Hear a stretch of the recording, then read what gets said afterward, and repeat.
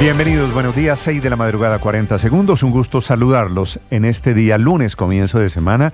Va a ser una semana muy movida por cuenta de la convocatoria del Día Cívico de mañana, que se ha convertido en un pulso territorial alrededor de quién decide, de quién trabaja y de quién manda.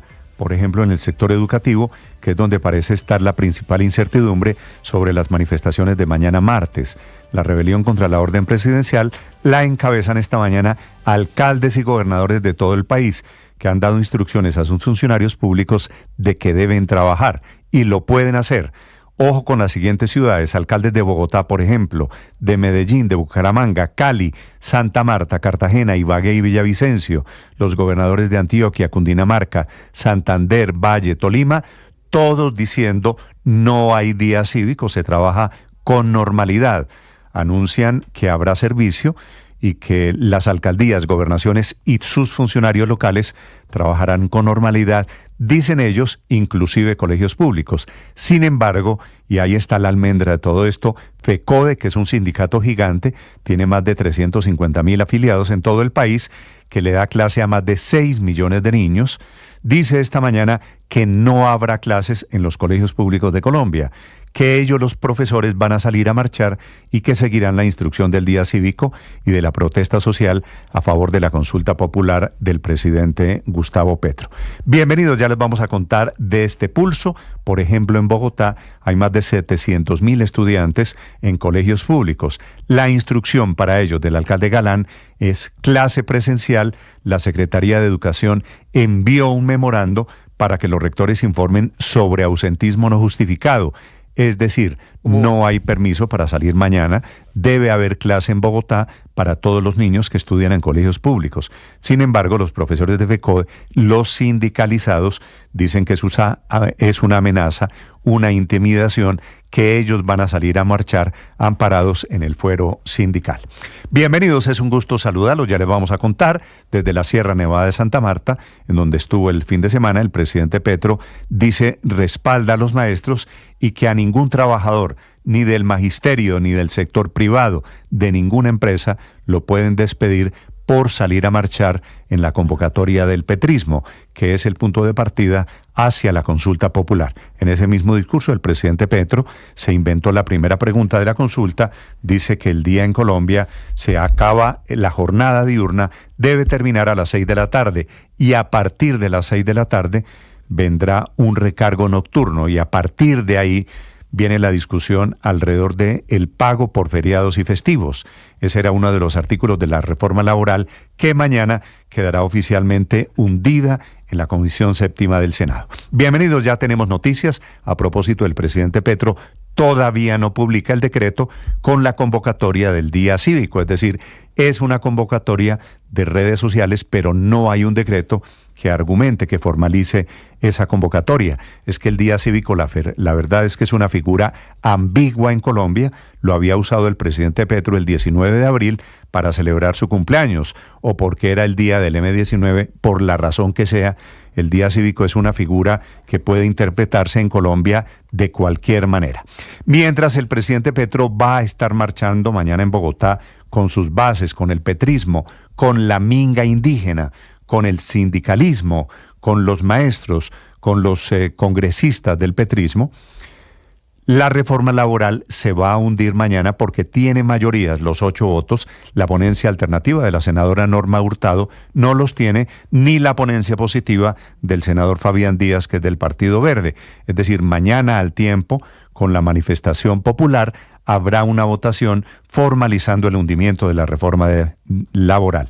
La de mañana va a ser una marcha de medir fuerzas políticas, el presidente Petro intentando salir a la calle para hacer lo mismo que cuando era oposición, para incendiar el país, para prender la mecha rumbo a la campaña presidencial del año entrante. Pero también, por otro lado, están alcaldes y gobernadores que están encabezando esta mañana la rebelión contra el día cívico. Solamente un alcalde de una ciudad capital, el de Sincelejo, se llama Yareir Acuña, se suma al día cívico del presidente Gustavo Petro.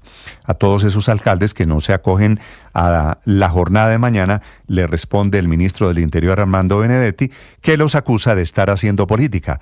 Él, que está haciendo política, dice que no apoyan a la clase obrera. Ese parece ser el símbolo de mañana. En esto están en modo activista todos los funcionarios del gobierno. Cielo Rusinque, que es superintendente de Industria y Comercio, que no tiene nada que ver con estos temas, o el director de Prosperidad Social, o el ministro de Minas, que está publicando vallas con la fotografía inclusive de los parlamentarios que hundieron la reforma laboral.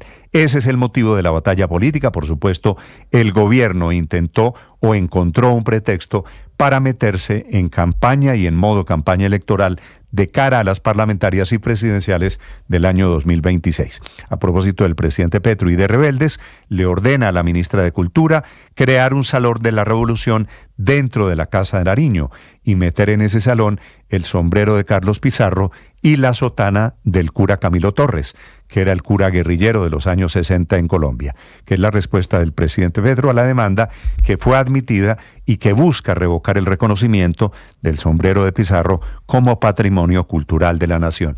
Y en ese acto, desde el departamento del Magdalena, el presidente Petro habla de Armando Benedetti, dice que viene del Mediterráneo ancestral. Vaya y descifre usted qué quiere decir lo del Mediterráneo ancestral. A propósito del presidente Petro, les voy a contar de la derrota que sufrió en el Tribunal de Cundinamarca por cuenta de la suspensión de esa resolución, la de hace 2 semanas, que ordenaba transformar los POT en 36 municipios de la Sabana de Bogotá, incluyendo a Bogotá. Municipios, Bogotá y Cundinamarca, en donde la resolución del Ministerio del Medio Ambiente creaba lineamientos ambientales de dónde construir, de cómo construir y de cómo proteger el agua de Bogotá. Se convirtió en un tema ideológico que perdió en el Tribunal de Cundinamarca el gobierno del presidente Petro. La otra polémica está en el Ministerio de Salud, en medio de las denuncias, porque al ministro Jaramillo se le ocurrió despedir a los técnicos que estaban haciendo los cálculos sobre la UPC, que le recomendaban un aumento superior al que quería políticamente el gobierno. El ministerio por fin citó para este jueves, es el 20 de marzo, una mesa técnica en donde van a evaluar ese reajuste de la UPC.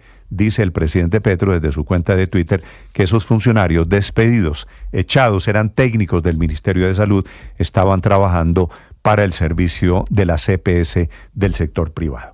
Teníamos muchas controversias esta semana. Es un gusto saludarlos en este amanecer, lunes 17 de marzo. Hoy es el día de San Patricio. Para la gente es el patrón de Irlanda. Murió un 17 de marzo hace muchos años. Amanecemos con varias noticias de orden público. Fue capturado el feminicida de Emily Villalba, enviado a la cárcel porque no aceptó cargos. Noticias de Colombia y el mundo que vamos a ampliar. Les contaré en segundos de la deportación masiva de 238 venezolanos y centroamericanos que hacían parte del Tren de Aragua. Fueron deportados desde Estados Unidos, allí con controversia porque un juez intentó a última hora bloquear la decisión del presidente Trump. No hicieron caso, dijeron que el avión ya estaba en vuelo y ya llegaron a cárceles de El Salvador.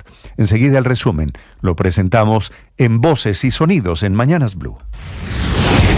El martes comienza la consulta popular en Colombia y será día cívico, como lo será el día de las elecciones. Esto anunció el presidente Gustavo Petro durante un discurso en Aracataca, en Magdalena, cuando afirmó que ningún patrón podrá negarle a sus empleados salir a manifestarse. Esto para apoyar la consulta popular que propuso para la reforma laboral y de la salud. Ante esto, algunos mandatarios regionales señalaron que no aplicarán en estos territorios. El gobernador de Antioquia, Andrés Julián Rendón. El presidente hace mucho rato renunció a gobernar, renunció a materializar las cosas que quería hacerlo y pues nosotros estamos en una democracia. Dilian Francisca Toro, la gobernadora del Valle del Cauca. Yo creo que podemos trabajar común y corriente y la gente que quiera, eso sí, nosotros respetamos las manifestaciones pacíficas. Asimismo, alcaldes como Fico Gutiérrez, Alejandro Eder, el alcalde de Cali, Jaime Andrés Beltrán, el alcalde de Bucaramanga, Dumek Turbay, alcalde de Cartagena, y el alcalde de Bogotá, Carlos Fernando Galán, anunciaron que estas ciudades no se acogerán a la medida. Estos alcaldes no les interesa para absolutamente los derechos colectivos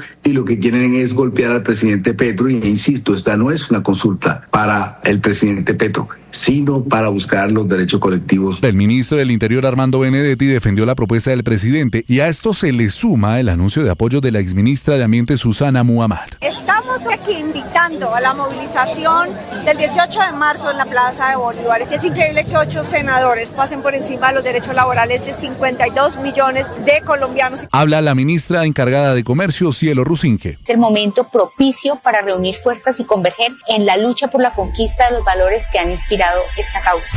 El pasado viernes 14 de marzo, el Tribunal Administrativo de Cundinamarca ordenó la suspensión del trámite de la resolución del Ministerio de Ambiente sobre el ordenamiento ambiental de la Sabana de Bogotá, una decisión que establece que el proceso va a tener que reiniciarse. Ante esto hubo reacciones a favor y en contra. Jorge Rey es el gobernador de Cundinamarca. De nuestra parte, junto a los alcaldes y alcaldesas, participaremos activamente con propuestas que garanticen la preservación ambiental de la sabana. Habló también el alcalde de Bogotá, Carlos Fernando Galán. En Bogotá estamos listos para sentarnos con el gobierno nacional, con los municipios de Cundinamarca, con la CAR, para construir de manera conjunta los lineamientos mediante un proceso realmente participativo y que involucre a la ciudadanía de toda la región. Alfred Ballesteros, director de la CAR. Este tema es tan importante que creo que el ministerio ya tiene claro que no puede ser una imposición. Y en contra de la decisión del Tribunal Administrativo de Cundinamarca se pronunció la exministra Susana Muhammad. Lo que hacen es un gran daño. Todo esto es una forma de frenar que haya una planificación ambiental de acuerdo a la crisis climática. ¿Qué no le hizo a esa criaturita? Una persona de esas no merece, no tiene perdón de Dios. Y Yalba Vergara, Emily Dayana. Así fue despedida por su familia, compañeros y vecinos Emily Dayana Villalba Vergara, una adolescente de 15 años que murió después de ser encontrada en zona boscosa del municipio de Chocontá con laceraciones y hematomas en el cuello ocasionados por Marco Antonio Parra, el presunto homicida, quien fue capturado el sábado 15 de marzo. Habla el coronel Andrés Serna Bustamante, comandante de la policía de Cundinamarca. Que el victimario aprovechó la soledad de la ruta para arrastrarla a una zona boscosa donde sometió a la menor hasta causarle la muerte. Durante la audiencia de imputación de cargos, el fiscal del caso narró los hechos. La acechó como cual ave carroñera que espera a su presa para atacarla cuando es abordada. Juliana Vergara, madre de Emily. Perder mi niña, mi única niña, que necesito que la ley opere y le caiga todo el peso de la ley y todo el rigor de la ley a este maldito. El ejército realizó una operación en la que destruyeron de manera controlada un explosivo tipo cilindro. Este había sido ubicado entre Miranda y Corinto, en el Cauca. Al respecto, el comandante de la 29ª Brigada del Ejército, el general Alirio Aponte Sepúlveda. Pudimos nosotros darnos cuenta que sobre el talud, adyacente a este punto, realmente tenían un campo minado. El primero era un señuelo para que las tropas llegaran al punto y posteriormente por cable mando ser accionado este campo minado. Federico Jul Marín, personero de Entre Ríos, Antioquia, fue asesinado en una vivienda de Medellín. El hombre de 27 años fue hallado muerto luego de recibir más de 50 puñaladas en diferentes partes de su cuerpo. Entre tanto, la Federación Nacional de Personeros ratificó el rechazo sobre este hecho y le pide a las autoridades como la Fiscalía, el Ministerio del Interior y la Defensoría del Pueblo la implementación de medidas necesarias para la protección de los personeros y garantizar una investigación rigurosa. Alias Walter Mendoza, cabecilla de las disidencias, confía en que el presidente Gustavo Petro negará la extradición de alias Araña, capturado por narcotráfico. Mendoza explicó que la reunión preparatoria realizada en el resguardo indígena Inda Zabaleta de la comunidad Agua en zona rural de Tumaco fue el punto de partida para relanzar la mesa de conversaciones de paz suspendida desde el pasado 12 de febrero, por lo que siguen comprometidos con lo que ellos llaman el Gran Acuerdo Nacional y la paz total. Pero en estos momentos prácticamente la extradición de Andrés, la no extradición o la extradición de Andrés está en cabeza del presidente Petro. Nosotros no creemos que el presidente Petro se deje presionar de Trump. Donald Trump y Vladimir Putin, presidentes de Estados Unidos y de Rusia, confirman que volverán a hablar mañana martes sobre la guerra en Ucrania. Trump precisó que hablarán de territorio, de centrales eléctricas e incluso de repartición de activos. El presidente norteamericano dice que hay una alta probabilidad de poner fin a esa guerra.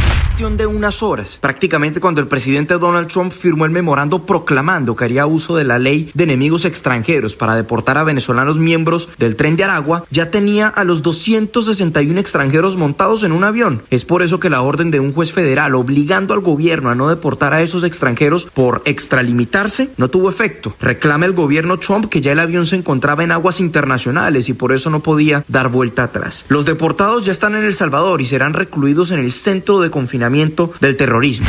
El Vaticano publicó primera foto del Papa Francisco desde que fue hospitalizado el pasado 14 de febrero. En ella aparece sentado, de espaldas y orando en la capilla del 10º piso del Hospital Gemelli. Por su parte, el máximo jerarca de la Iglesia Católica reconoció mediante un mensaje escrito que está pasando por un momento de prueba y agradeció a los que diariamente se acercan al hospital a rezar por él.